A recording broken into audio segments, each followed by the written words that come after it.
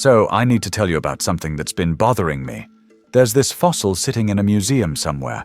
Just 2 arms, 8 feet long, each one. For 50 years, nobody knew what they belonged to. Scientists built entire careers guessing. Artists painted the most metal predator imaginable. Museums ran exhibits about it.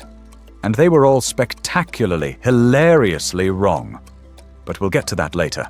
Because those mystery arms are just the tip of an iceberg of prehistoric weirdness that makes you question whether evolution was paying attention when it designed these things. Walking whales that couldn't decide on a career path, giant snakes that accidentally became climate measurement tools, birds with beaks designed for murder, herbivores cosplaying as vampires. And here's the thing that gets me. Every single one of these creatures was real. Documented, fossilized, studied by people with actual PhDs who had to look at the evidence and just accept it. Welcome to the museum of things that shouldn't exist. And trust me, it only gets weirder from here. Think of a crocodile that can't decide what it wants to be when it grows up. Half predator, half prototype. Can't choose between land or sea, so it just does both. That's not a thought experiment. That was a real animal. 49 million years ago, in the shallow coastal waters of what is now Pakistan, there was a creature having the world's longest existential crisis about whether to be aquatic or terrestrial. After older forms like Pakicetus, along came Ambulocetus natans, the walking whale that swims. And yes, it had legs. Functional legs. 4 of them. With webbed feet. This wasn't evolution experimenting. This was a 3-meter-long ambush predator that could walk out of a river, cross land to another river system, and dive back in without missing a beat. It didn't evolve into a whale. It was a whale that kept the receipt. Modern whales are so committed to water that beaching themselves is a death sentence. Their own body weight crushes them without water support. Ambulocetus looked at that evolutionary trade-off and said, "No thanks, keeping both options." The fossil evidence, first described by Thowison and colleagues in 1994, shows something that shouldn't be possible. This animal had already evolved specialized inner ear structures that modern whales use for underwater hearing.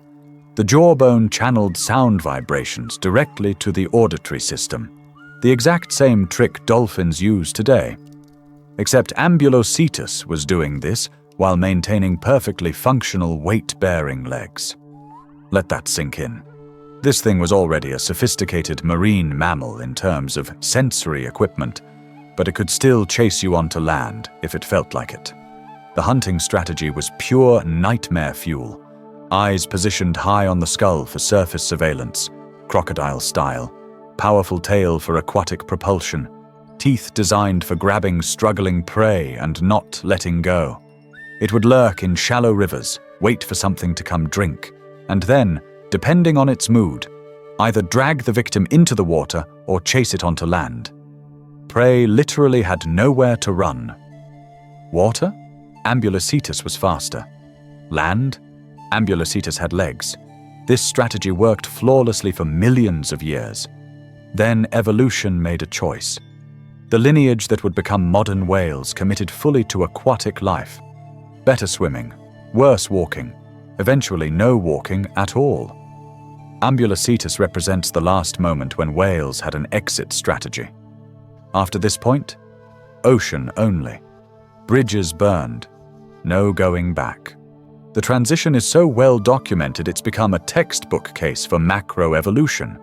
We have the fossils, we have the timeline, we can watch, species by species, as legs shrank and tails widened. Evolution doesn't usually leave receipts this clear. But honestly, a whale with functional legs is practically normal compared to what happened when snakes discovered greenhouse conditions. Sometimes you dig up a fossil so big it rewrites climate science. That's what happened in Colombia when a coal mine worker found bones in the Cerrejón Formation. Big bones. Really big bones. Vertebrae the size of dinner plates. He probably thought he'd found a crocodile. He'd found something worse. Titanoboa keragenensis measured 47 feet long and weighed over a ton, the largest snake that ever existed. A serpent that doubled as a paleoclimate thermometer. And here's the part that makes paleontologists deeply uncomfortable. It couldn't exist today. Physically impossible. The planet isn't hot enough anymore. See, snakes are ectothermic. They need external heat to function. The bigger you get, the more heat you need, just to maintain basic metabolism. Titanoboa was so absurdly massive that its very existence proves something disturbing about Paleocene climate. Earth was dangerously hot. A 2009 study in Nature by Head and colleagues did the math. To support a snake this size, average temperatures in equatorial South America would need to hover around 30 to 34 degrees Celsius year-round, significantly higher than today's 26 to 28 degrees Celsius. That might not sound dramatic, but it's the difference between tropical paradise and we need to fundamentally rewrite our climate models. Titanoboa accidentally became a biological thermometer. Its body size constraints allowed scientists to calculate ancient temperatures with remarkable precision. Sometimes paleontology isn't about finding cool monsters. Sometimes you stumble into inventing a new tool for climate science by accident. The snake itself lived in rivers. And despite being the size of a school bus, it ate fish, mostly fish. The tooth structure was all wrong for grabbing large prey. Loose, backward-facing, designed for slippery targets that try to escape. This wasn't out there constricting mammals or wrestling crocodiles. This was a specialized fish-eater that happened to be cartoonishly oversized. It drifted through those rivers like it owned them, casually inhaling prehistoric salmon while the planet slowly cooled around it. And as global temperatures eased off the Paleocene peak and trended cooler, Titanoboa's size advantage became a liability. Too big, too cold, too dead. Meanwhile, mammals, who could regulate their own temperature, absolutely thrived. Lucky us, but at least the nightmare snake stayed in the water where it belonged. What crawled into rivers next was somehow worse. Scorpions are already unsettling. Now make it human-sized. Now put it in the river with you. If your immediate reaction is absolutely not, congratulations. You understand why the Devonian period was a design flaw in Earth's history. Jacalopterus rhenanii measured 2.6 meters long, over 8 feet of pure aquatic rage, and it patrolled freshwater rivers in what is now Germany about 390 million years ago. When paleontologists first publicized the claw discovery in 2007, it measured 46 centimeters. Just the claw. They probably sat there for a while, staring at it, doing math they really didn't want to finish. The full reconstruction revealed something out of a horror film.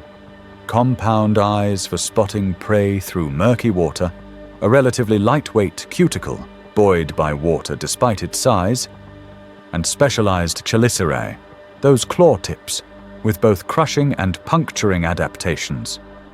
Why so absurdly large? Evolutionary arms race. Devonian fish were getting serious about defense.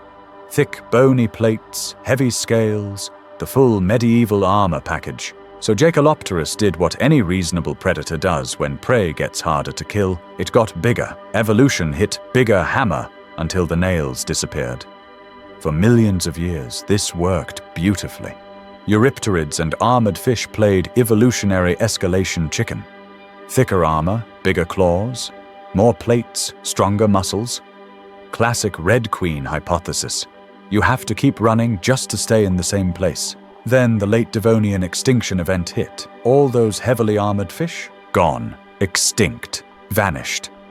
And when your entire evolutionary strategy is crush expensive armor, losing your customer base is an existential problem. Jacalopterus had specialized itself into obsolescence. It was too good at one specific job. When that job disappeared, so did the specialist.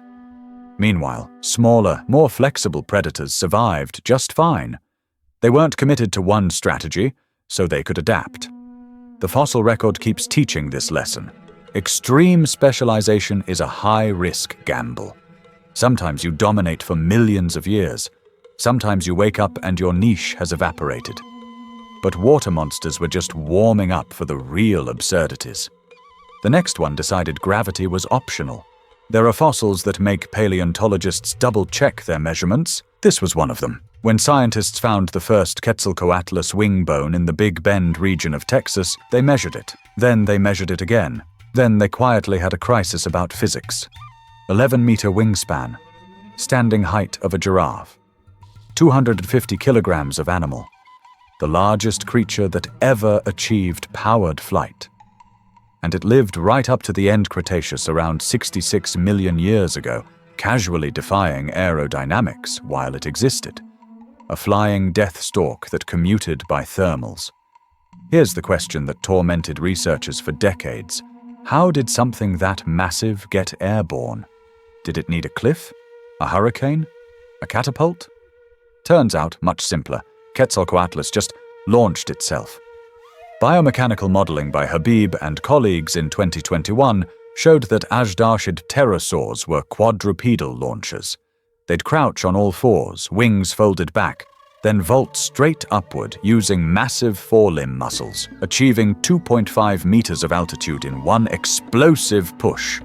Unfold the wings, catch air, done. Once airborne, thermal soaring, hours of gliding without a single wing beat, riding columns of hot air across Cretaceous North America like a biological sailplane. But here's where decades of assumptions collapsed. For years, everyone assumed Quetzalcoatlus was a scavenger, a giant flying vulture picking at dead sauropods. Made perfect sense. Long neck for reaching into carcasses, massive size for intimidating competitors, the whole package completely wrong. Recent ecological analysis suggests these animals were terrestrial stalkers. They spent most of their time on the ground, folded up on all fours like some kind of nightmare stalk, using that ridiculous neck to probe and snatch small prey. Baby dinosaurs, lizards, early mammals, anything smaller than a dog was on the menu. The giraffe, tall, walking horror, would just patrol Cretaceous floodplains, stabbing downward with a beak designed for precision kills. Flight wasn't for hunting. It was for commuting between hunting grounds. This worked magnificently for millions of years.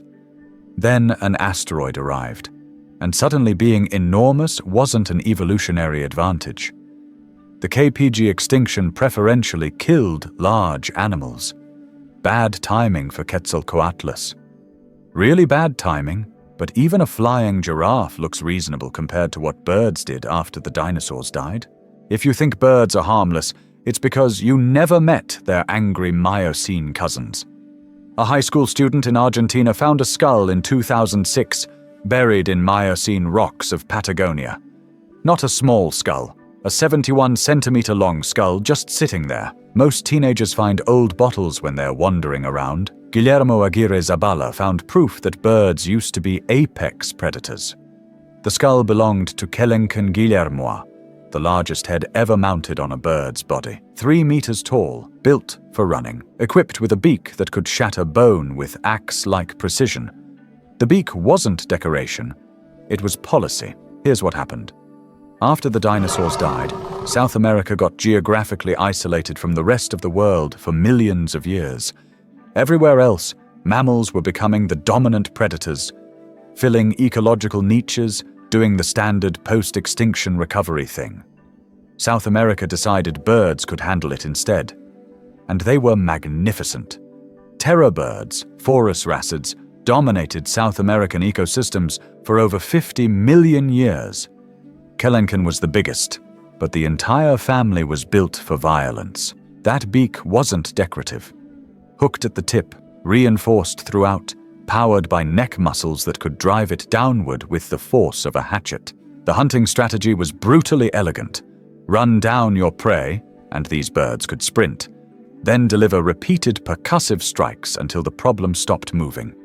No grappling, no tearing flesh, just blunt force trauma applied with surgical precision. What's remarkable is that terror birds were competing with mammalian predators, native sparassodonts, marsupial carnivores, and other regional hunters, and the birds were winning. For millions of years, they were the apex predators, while mammals watched nervously from the sidelines. This ended when the Isthmus of Panama formed around 3 million years ago. Suddenly, South America reconnected to North America, and a flood of modern mammalian carnivores moved south. Cats, canids, bears, species that had been perfecting their techniques in a far more competitive arena. Terror birds had gotten exceptionally good at being the only large predators around. They hadn't prepared for an invasion of specialists who'd been training in a much harder league. Kelenken went extinct, not because it was ineffective, but because it evolved in isolation. When the rules changed, it couldn't adapt fast enough. Geography giveth, and geography taketh away. But birds attempting murder was almost normal compared to mammals trying to make sense. Sometimes evolution just hits randomize and goes to lunch. Chalicotherium is what happens when that randomization creates something that makes absolutely no taxonomic sense. A leaf-eater cosplaying as a mid-boss, horsehead, gorilla arms, giant sloth claws, knuckle-walking gait, and it ate leaves, just leaves. For decades, scientists working across Miocene deposits in Eurasia couldn't figure out what they were looking at. They'd find horse-like teeth in one location, massive predator-style claws somewhere else, and nobody made the connection. The paleontologist who first examined the claws in 1833 thought he'd discovered a giant pangolin. Someone else thought the teeth belonged to an unusual horse. Both wrong. Also both right. Same animal. One very confused animal. Chalicotherium had committed entirely to being the most contradictory creature evolution ever produced. A hoofed mammal that lacked hooves, a plant-eater built like it could disembowel you, a gentle giant with the hardware of a nightmare. Those claws were the key, not weapons, tools. Chalicotherium would approach a tree, rear back on its hind legs. It had specialized ischial sitting pads on its pelvis for exactly this maneuver, and use those massive hooks to pull branches down to mouth level. A living cherry picker. For 15 million years, this bizarre strategy worked flawlessly.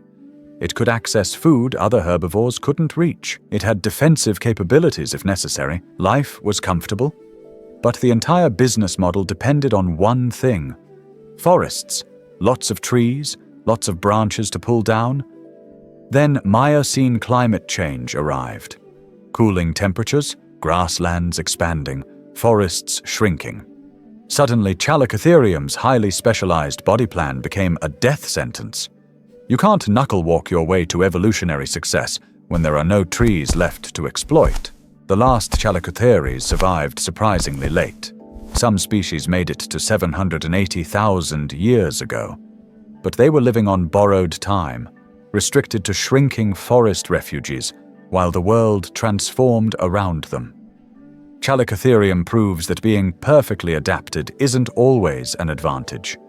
Sometimes evolution's most creative solutions become evolutionary dead ends when environments shift. At least it had normal teeth.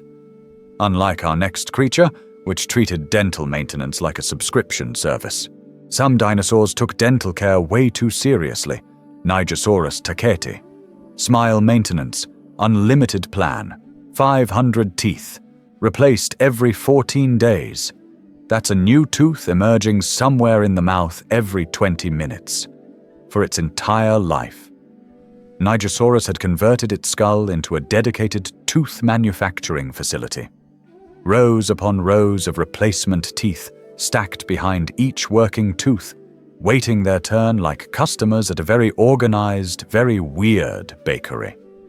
But this created a significant engineering problem. How do you build a head that's essentially a tooth factory, but still needs to function as, a functional head? Nigersaurus solved this through extreme compromise everywhere else. The skull bones were paper thin, some sections less than 2 millimeters thick. You could probably see light through them. No thick protective bone, no heavy jaw muscles, no powerful bite force.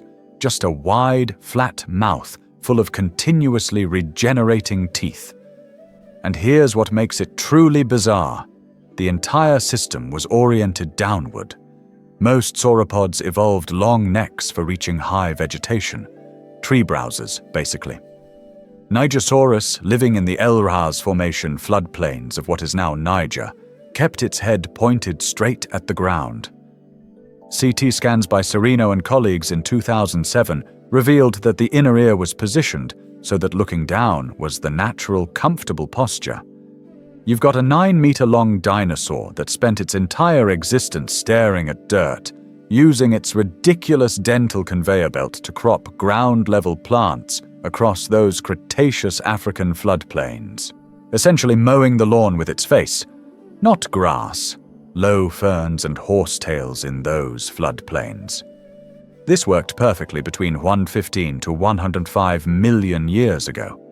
Plenty of soft, low-growing vegetation. Perfect environment for a horizontal grazer with 500 teeth, but incredibly fragile. Those paper-thin skull bones meant Nigersaurus couldn't handle any serious impact, couldn't fight predators, couldn't even bite down particularly hard on its food. One wrong collision and the whole delicate apparatus would shatter. The fossil record confirms this. Complete Nigersaurus skulls are remarkably rare because they fell apart so easily post-mortem. Most of what we know comes from careful digital reconstruction of scattered fragments. The price of extreme specialization, extreme fragility. Evolution traded durability for efficiency, and it worked until it didn't. But if mass production was one solution, attitude was another. Someone once dug up a fossil so chaotic it sat ignored in a museum drawer for nearly half a century. Pagomastax africanus, discovered in South Africa's Elliott Formation in the 1960s, formally described in 2012 by Paul Serino. This cat-sized early Jurassic herbivore spent decades in storage while everyone quietly avoided dealing with it. Vegetarian, vibes, confrontational, because it made absolutely no sense. Standard herbivore equipment, parrot beak for cropping vegetation, normal grinding teeth in the back for processing plant matter. All fine so far. But then, completely randomly, a pair of sharp canine fangs right behind the beak. Why? Why would a plant-eater need fangs? The answer is gloriously petty. The fangs weren't for eating meat. They were for attitude adjustment. When another Pagomastax got too close to its food, quick warning bite. When a predator showed up, same response. Just enough aggression to communicate, "I'm having a bad day, and you're about to make it significantly worse." The fangs were just the beginning. The entire body was covered in long, stiff bristles that stuck out in all directions, essentially porcupine quills, made it look bigger and more threatening than it actually was. So you've got this cat-sized, spike-covered, fanged vegetarian wandering around early Jurassic Gondwana, probably intimidating things twice its size through sheer audacity alone. Big energy in a tiny, angry package. What's genuinely remarkable is that Pagomastax was actually sophisticated for its time. Those self-sharpening back teeth were more advanced than what most contemporary herbivores possessed. It could process tougher vegetation that competitors couldn't handle efficiently. The fangs and quills? Bonus intimidation features, evolution showing off. But tiny mysteries with attitude problems are nothing compared to 50 years of massive confusion. This is one of those fossils that haunted scientists for decades. Literally. 2 arms, 8 feet long. Each one. That's it. That's all anyone had for 50 years. Just these massive limbs sitting in Mongolian museums, taunting researchers. Obviously from something huge. Obviously bipedal. Obviously capable of catastrophic violence. Everyone looked at these arms and drew the same conclusion. They'd discovered the ultimate theropod predator, the Mongolian T-Rex killer. Death incarnate with opposable thumbs and claws like meat hooks. Artists had an absolute field day. They painted giant carnivores stalking late Cretaceous landscapes like kaiju. Museums built entire exhibits around the concept that these arms belonged to the most terrifying predator ever discovered. Graduate students wrote dissertations speculating about hunting strategies. The scientific community spent half a century imagining the most metal dinosaur possible. Then 2014 arrived. 2 complete skeletons, unearthed in Mongolia's Nemegt Formation. And everyone was wrong. Hilariously, spectacularly, completely wrong about everything. Deinocheirus mirificus had a duckbill, a sail-like hump on its back, extensive feathering on its tail. It measured 11 meters long, weighed 6 tons, and spent its time wading through rivers eating fish and vegetation.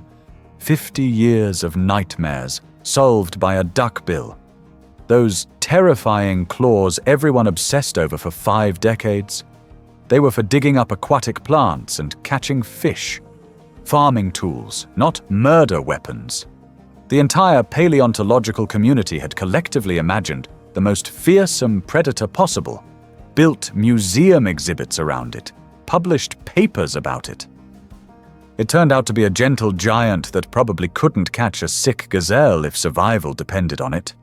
Even better, one skeleton preserved fish scales in the stomach region. Not only was this thing not a super predator, it was standing in shallow water, patiently catching fish with its hands like someone's grandfather at a fishing hole. The 2014 description by Lee and colleagues completely revolutionized our understanding of ornithomimosaurs. Turns out the ostrich dinosaur family was far more diverse than anyone imagined.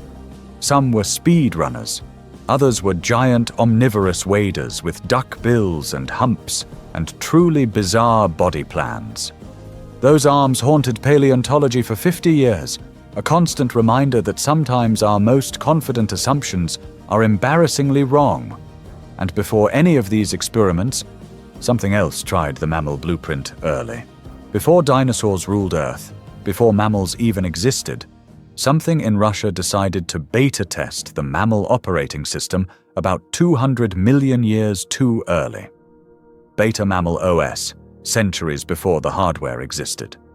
Middle Permian Russia, 267 million years ago. Ambulocetus mirabilis was walking around with features that shouldn't exist yet, probably wondering why everything else looked so primitive. Skin impressions, often interpreted as glandular mammal-like, suggest a texture far beyond what you'd expect this early. Not reptilian scales, not simple therapsid hide. Something approaching the specialized skin structure that wouldn't officially appear until mammals evolved tens of millions of years later. The skull was decorated with multiple pairs of bony knobs jutting out in different directions, creating this elaborate crown that served no obvious purpose except looking impressive. Display structures, probably for social signaling or species recognition. This wasn't some simple, brutish creature, either.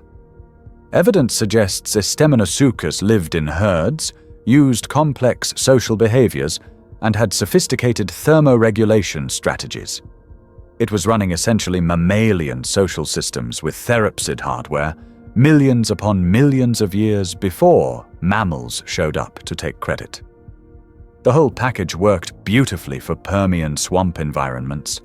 Those cranial bosses stuck above the waterline for visual recognition. The specialized skin helped with temperature control in fluctuating climates. Social behavior provided protection and resource sharing.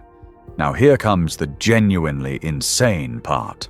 Ambulocetus was a therapsid, meaning it's on the direct evolutionary line that eventually, after numerous extinctions and evolutionary experiments, gave rise to mammals.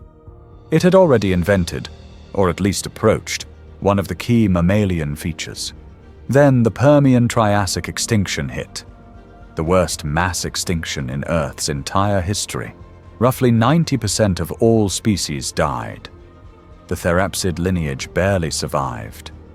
After tens of millions of years and countless evolutionary experiments, it eventually produced actual mammals, who then re-evolved glandular skin. Again, mammals didn't invent this adaptation. We rediscovered it. After our ancient relatives figured it out, lost it through extinction, and then spent 200 million years stumbling back to the same solution. Evolution has an absurdly long memory, and when it discovers something that works, it doesn't mind repeating itself when conditions are right. So what's the lesson from this parade of biological absurdity? Evolution doesn't care about making sense to us. It cares about what works in the moment. Walking whales worked until full aquatic commitment worked better. Giant snakes thrived until climate cooled. Terror birds dominated until the competition showed up. Everything worked perfectly until environmental conditions shifted, and suddenly it didn't. The fossil record is packed with creatures that seem impossible until you find the bones.